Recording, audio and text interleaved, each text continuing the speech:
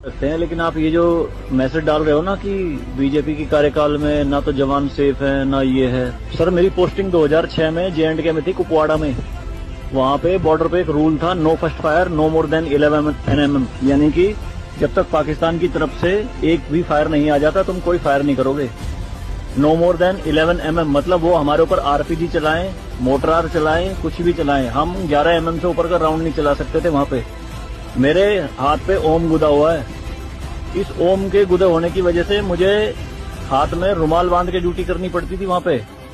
अगर उनको ओम दिख गया ना तो छोटे छोटे बच्चे पत्थर मारना शुरू कर देते थे।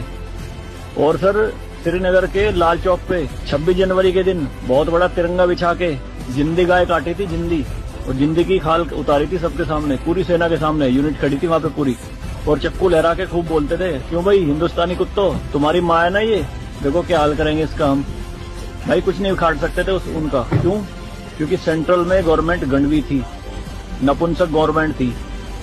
हमारे सर पे चौकी बना ली थी उन्होंने, जो LAC है ना, LOC, उस पे बिल्कुल वहीं 50 मीटर के दायरे में। और रात में बड़े बड़े स्पीकर पे माइक पे बोलते थे पाकिस्तानी रेंजर्स, अरे अपनी बहनों के एक रात के लिए हमें दे दो, क्या हुआ हिंदुस्तानी नपुंसको, चलाओ गोली। कुछ नहीं कर सकते थे उनका। 2014 में जब गवर्नमेंट चेंज हुई तो सेना अध्यक्ष बिपिन रावत साहब जब उनसे मिले तो उन्होंने बताया कि बॉर्डर के हालात खराब है सर, छूट नहीं है जवानों को कुछ भी। तो PM मोदी ने कहा था कि छूट मेरी तरफ से पूरी है, मैं नहीं जाऊंगा वहां लड़ने, तुम जाओगे। आज की डेट में आप मुझे एक भी चौकी बता दो अगर वहां ढूंढने से मिल जाए। दूरबीन लगा के देखनी पड़ती है पहाड़ों में, वो भी बंकरों में अंदर, सारी लगा दी उन्होंने तोप उड़ा के। शांति काल में आप 155 mm की बोफोर्स टाइप की तोप नहीं चला सकते, UNO का रूल है। लेकिन 2014 में ये बोफोर्स भी चली J&K में पाकिस्तान की तरफ चौकी उड़ाने के लिए। तो सर ये मत कहिए कि बीजेपी के कार्यकाल में जवान मर रहे हैं, ये हो रहा है।